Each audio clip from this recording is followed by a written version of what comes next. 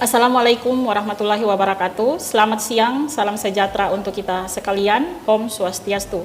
Perkenalkan, nama saya Wiwin Anggriani Salawali. Saya adalah dosen pada Fakultas Ekonomi Universitas Tompo Tika Lukbanggai di program studi Ekonomi Pembangunan.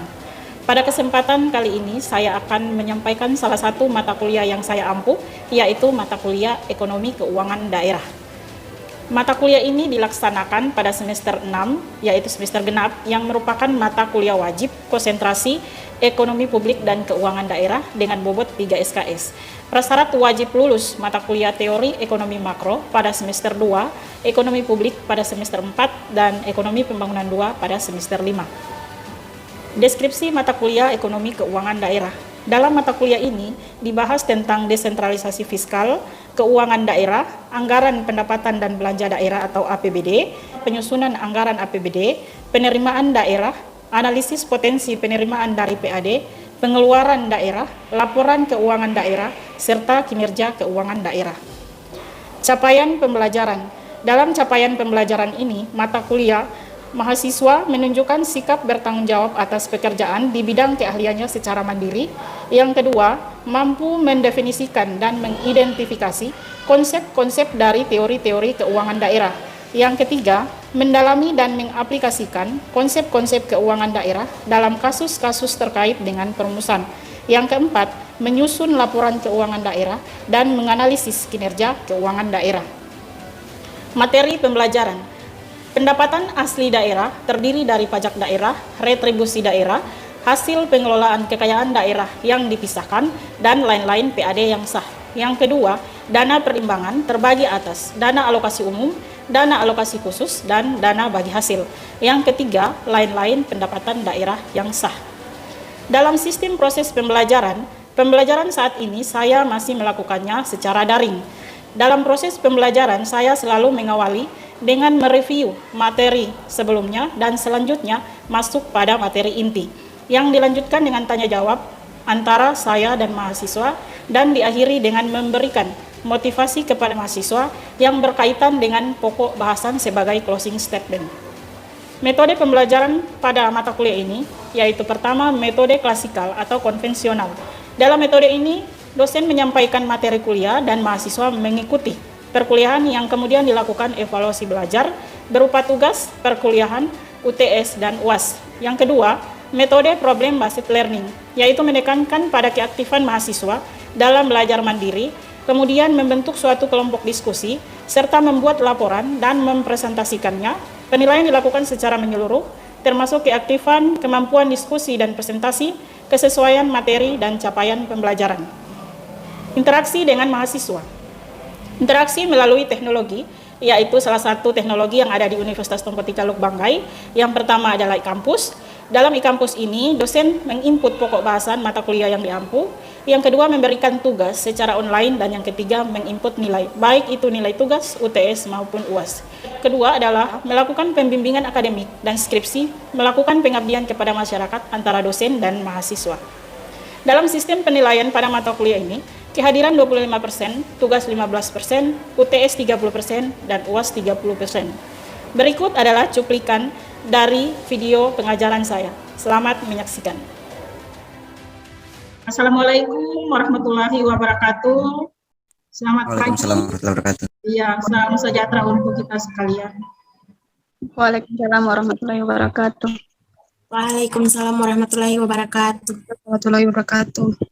Terima kasih atas kehadirannya. Pertemuan kali ini adalah pertemuan ke-7. Sebelumnya kita sudah mengikuti perkuliahan materi pada pertemuan ke-6 ya, yaitu tentang penyusunan struktur APBD ya, penyusunan rancangan APBD. Jadi pertemuan kali ini mata kuliah ekonomi keuangan daerah, pertemuan ke-7 dengan materi tentang manajemen penerimaan daerah sama manajemen pengeluaran daerah.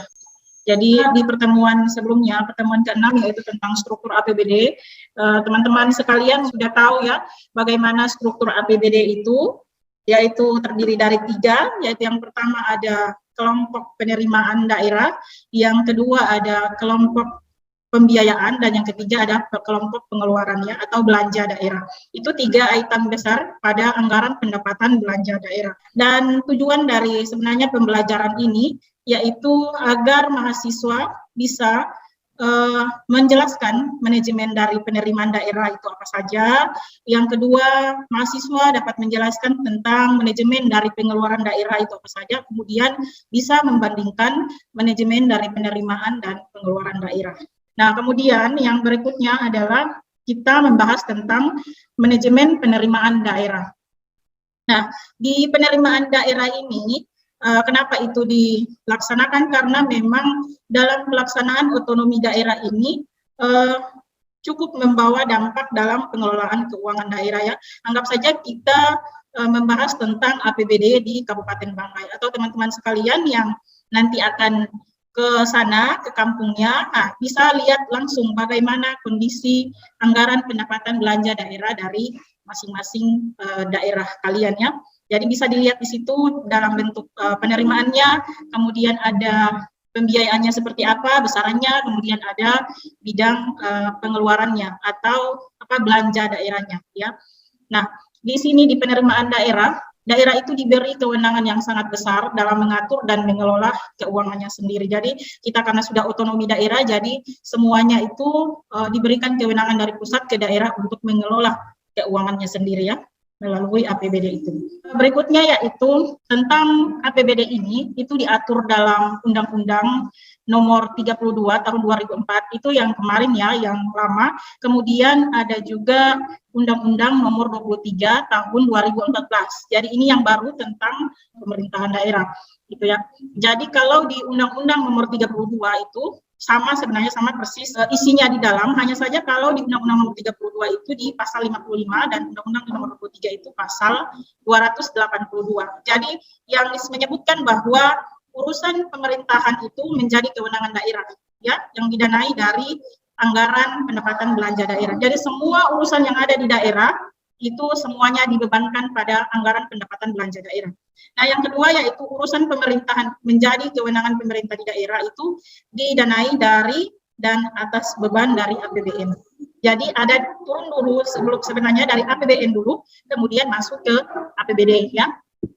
Kemudian yang ketiga itu dari undang-undang tersebut bunyinya adalah pendanaan penyelenggaraan urusan pemerintahan itu pada ayat 1 yang tadi dilakukan secara terpisah dari administrasi pendanaan pada pemerintahan. Jadi anggaran APBD dengan APBN itu dilakukan secara terpisah pengelolaannya ya. Bisa dipahami ya? Bisa didengar suara Ibu kan? Bisa ya, bisa. Nah, Ibu lanjut. Yang berikutnya adalah pendapatan asli daerah. Kalau pendapatan asli daerah, apa bedanya dengan retribusi daerah? Saya tanya dulu. Mungkin Muhammad Gunawan Minggu bisa tahu. Pajak daerah, ya, pajak daerah dengan retribusi daerah. Kan biasa pernah dengar, oh itu orang bayar pajak. Kemudian kalau kita ini ada retribusinya, berapa begitu. Itu apa bedanya pajak daerah dengan retribusi kalau menurut Muhammad Gunawan? Dia tahu? Pratika? Mungkin tahu? Ada. Kalau pajak bagaimana? Jadi kalau untuk pajak ya Bu, untuk pajak dia diperoleh atas pekerjaan atau usaha yang bukan di daerah tersebut. Sedangkan untuk retribusi dia dibebankan kepada individu, ya, dibebankan kepada individu atau badan pengguna jasa. Iya, sebenarnya betul juga ya. Cuma yang perbedaan intinya adalah kalau di pajak itu kita diwajibkan memang untuk membayarnya dan itu memang diatur dalam peraturannya, dalam undang-undang. Itu yang seperti yang ada disebutkan di sini bahwa wajib kepada daerah. Nah, bedanya dengan retribusi, kalau pajak itu kita tidak dapat mendapatkan imbalan secara langsung. Jadi kalau pajak daerah itu kita tidak dapat mendapatkan imbalan secara langsung. Kita sebagai wajib pajak membayar pajak, tapi kita tidak mendapat imbalannya secara langsung. Begitu bayar langsung kita dapat nikmati, tidak. Nah, kalau retribusi itu beda. Kalau retribusi kita langsung dapat menikmati. Contohnya, kalau retribusi itu kayak retribusi parkir motor, mobil kan. Jadi kita bayar, kan langsung kita parkir motor, mobilnya kita, kendaraannya kita. Namun kalau pajak, karena kenapa dia secara tidak langsung, itu kan dikumpulkan dulu di daerah, kemudian itu biasanya untuk apa? Digunakan untuk keperluan daerah yang untuk kemakmuran rakyat, misalnya untuk pembangunan jalan, begitu. Walaupun nanti kita akan nikmati, tapi tidak secara langsung, maksudnya. Begitu kita bayar, langsung kita nikmati, tidak. Jadi bedanya pajak daerah dengan retribusi seperti itu ya. Nah ini ada, Ibu ada tampilkan itu, ada kendaraan bermotor, ada berapa persen, biaya balik nama, nah itu. Ada nanti dibagikan ya untuk materinya. Terus ini tadi retribusi daerah, jadi pembayarannya dan bedanya dengan pajak adalah kalau retribusi kita menerimanya secara langsung untuk pembayaran atas jasa itu. Nah lanjut, masih bagian dari pendapatan asli daerah, ada hasil pengelolaan kekayaan daerah yang dipisahkan. Dari di sini ada bagian laba penyertaan modal dari BUMD, Badan Usaha Milik Daerah, Badan Usaha Milik Negara, kemudian laba penyertaan modal dari milik swasta atau usaha masyarakat ya. Nah, yang terakhir ini PAD adalah PAD yang sah, yang lainnya banyak hal di situ dari PAD yang maksudnya itu semuanya include dalam pendapatan asli daerah Kabupaten Banggai, umpamanya ya. Ada jasa giro, pendapatan bunga dan lain sebagainya. Nah, ini yang kedua adalah dana perimbangan. Dana perimbangan ini kan bagian dari pendapatan daerah ya, pendapatan daerah selain PAD, pendapatan asli daerah, kemudian dana perimbangan. Nah, di dana perimbangan ini ada terbagi 3 lagi. Ada dana alokasi umum. Jadi kamu biasa dengar ada DAU. Nah, DAU ini untuk apa? Pemerataan keuangan antar daerah. Ya. Jadi kalau menurut riset itu dana transfer ini kan dari pusat ke daerah. Semua daerah yang ada di Indonesia ini semuanya itu masih menggunakan DAU. Kecuali apa? Kecuali pemerintah Provinsi Bali. Karena kenapa? Karena Provinsi Bali sudah bisa mendanai daerahnya sendiri. Kan kita sudah tahu bersama bahwa kalau Bali itu kan banyak pemasukannya, PAD-nya banyak. Jadi tidak perlu ada transfer atau dana alokasi umum yang ditransfer dari pemerintah pusat.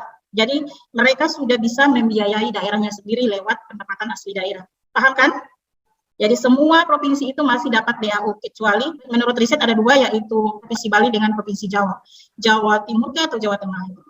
Nah yang berikutnya adalah dana alokasi khusus, yaitu juga untuk membantu membiayai kebutuhan khusus ya, umpamanya mempertimbangkan kemampuan dari APBD, kemudian peraturan undang-undang dan karakteristik daerah. Nah kemudian ada dana bagi hasil, itu bagian dari dana perimbangan. Yang berikutnya, bagian dari pendapatan daerah adalah yang ketiga, lain-lain pendapatan daerah yang sah. Nah, di lain-lain pendapatan daerah yang sah ini ada pendapatan hibah, itu, kemudian ada pendapatan dana darurat, gitu juga. Nah, tadi kan penerimaan daerah. Nah, sekarang pengeluaran daerah atau belanja daerah. Dari pengeluaran daerah ini, itu sebenarnya bisa berperan mempertemukan antara permintaan masyarakat dengan penyediaan sarana prasarana ya, yang dipenuhi oleh sektor swasta. Jadi sektor swasta kan banyak oleh perusahaan. Kemudian di pengeluaran pemerintah itu sendiri juga dilaksanakan suatu pemerintah daerah, tapi harus direncanakan terlebih dahulu. Maksudnya begini, daerah itu, pemerintah daerah mengeluarkan membeli atau ya yang dikeluarkan di belanja daerah itu, kalau di pengeluaran pemerintah itu sendiri itu tidak begitu saja ya. Jadi harus direncanakan terlebih dahulu, baru mereka tuangkan untuk ini keperluan ini untuk belanja daerah begitu. Bedanya dengan pengeluaran pemerintah daerah. Yang pemerintah daerah ini kan yang memang mempertemukan antara masyarakat permintaan dengan sarana prasarana atau dari sektor swasta itu sendiri ya. Jadi yang di lapangan kemudian yang dengan memang pemerintahnya itu sendiri. Nah ini yang terakhir adalah belanja daerah. Itu belanja daerah adalah semua kewajiban daerah yang diakui sebagai pengurang dari nilai kekayaan bersih dalam periode 1 tahun, biasanya dalam 1 tahunnya. Jadi rinciannya itu kewajiban belanja daerah itu dia berdasar sifat, kemudian ada berdasarkan fungsinya. Jadi kalau berdasarkan sifat ekonominya itu, belanja daerah itu terdiri dari belanja pegawai, jadi yang merupakan gaji, kemudian tunjangan itu masuk pada belanja daerah, masuk pada belanja pegawai. Belanja barang, nah belanja barang-barang yang diperlukan di perkantoran, kemudian ada subsidi, hibah, dan bantuan sosial. Nah, sedangkan kalau berdasarkan fungsinya ini, belanja daerah ini merupakan belanja pembangunan perumahan, ya, yang untuk bisa meningkatkan kesehatan, pariwisata, budaya. Nah, agama, pendidikan, serta perlindungan sosial. Ini semuanya masuk dalam belanja daerah atau pengeluaran dari daerah. Dan itu semua diperhitungkan dan masuk dalam anggaran pendapatan belanja daerah. Jadi kalau kita menyusun anggaran APBD itu kan sudah diperhitungkan, umpamanya ini APBD untuk tahun 2023, jadi sudah disepakati di Dewan, itu APBD untuk tahun 2023 disepakati untuk dari tahun sekarang, 2022 di akhir tahunnya, pembahasannya seperti itu. Yang kemudian realisasinya itu akan dilaksanakan, diturunkan anggarannya di tahun 2023, seperti itu ya.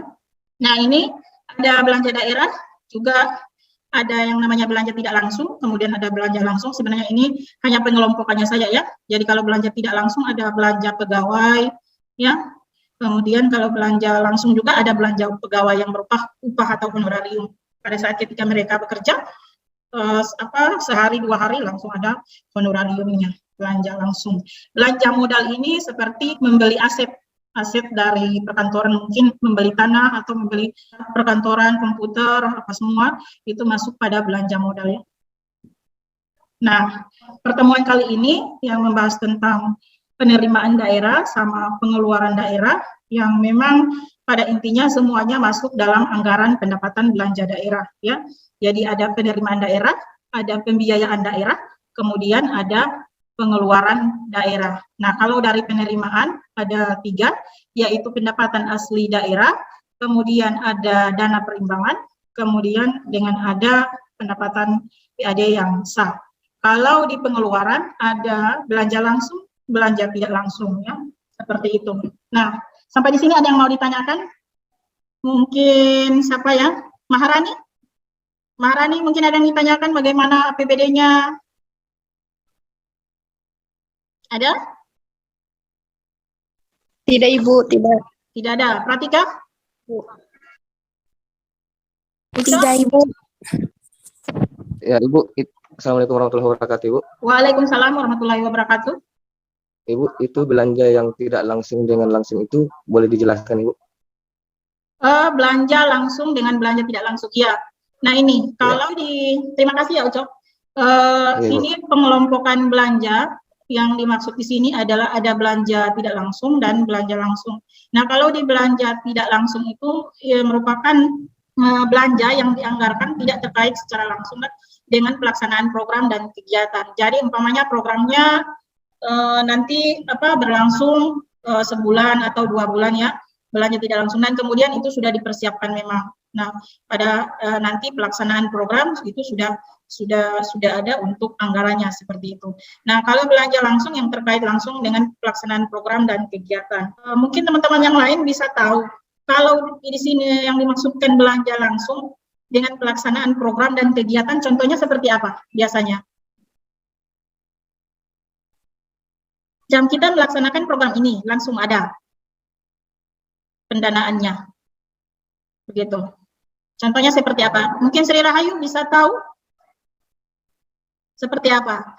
Biasa kalau kegiatan-kegiatan di daerah. Gitu. Jadi banyak hal ya kegiatan yang di daerah, apalagi sekarang Kabupaten Banggai lagi ramai. Nah, itu juga salah satu memang yang dianggarkan pada anggaran pendapatan dan belanja daerah ya. Namun itu ke belanja tidak langsung karena memang programnya sudah ditentukan memang dan memang jauh-jauh hari sudah dipersiapkan. Ini untuk pos-posnya, pos-pos anggarannya untuk kegiatan atau program apa begitu. Oh, kalau program belanja langsung ini seperti apa? Mungkin kegiatan vaksinasi ya, yang memang sekarang lagi dibutuhkan. Nah, program itu yang memang langsung merupakan belanja langsung yang pelaksanaan program dan kegiatannya seperti itu. Yang urgennya dan langsung sosialisasi ke desa-desa dan semuanya. Seperti itu, Ucok. Iya, Ibu. Oke, karena mengingat waktu yang terbatas ya, jadi ada di sini di akhir pertemuan Ibu memberikan tugas kalian membuat makalah tentang pengeluaran pendapatan dan pengeluaran dari daerah itu, yang tentunya pastinya dari anggaran pendapatan belanja daerah.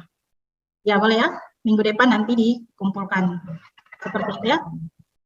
Oke, Indar, Sri Rahayu, Bungana, Ucok, Sri Rahayu, Katarina. Iya. Bagaimana? Mau bertanya dulu. Oke. Itu apa tugasnya itu berbentuk file atau buku? apa ya, di PDF-kan saja, diketik, kemudian PDF-kan, kemudian kirim ke email, begitu saja, dalam bentuk PDF ya, makalahnya. Iya, terima kasih semuanya, dan Ibu akhiri ya perkuliahan kali ini, perkuliahan ke-7, dan insya Allah pertemuan berikutnya kita akan ujian tengah semester ya. Assalamualaikum warahmatullahi wabarakatuh, dan selamat siang. Waalaikumsalam. Terima kasih Ibu. Assalamualaikum warahmatullahi wabarakatuh. Demikianlah pengajaran yang saya lakukan di Fakultas Ekonomi Universitas Tompo Tika Luwuk Banggai. Saya ucapkan terima kasih. Wassalamualaikum warahmatullahi wabarakatuh.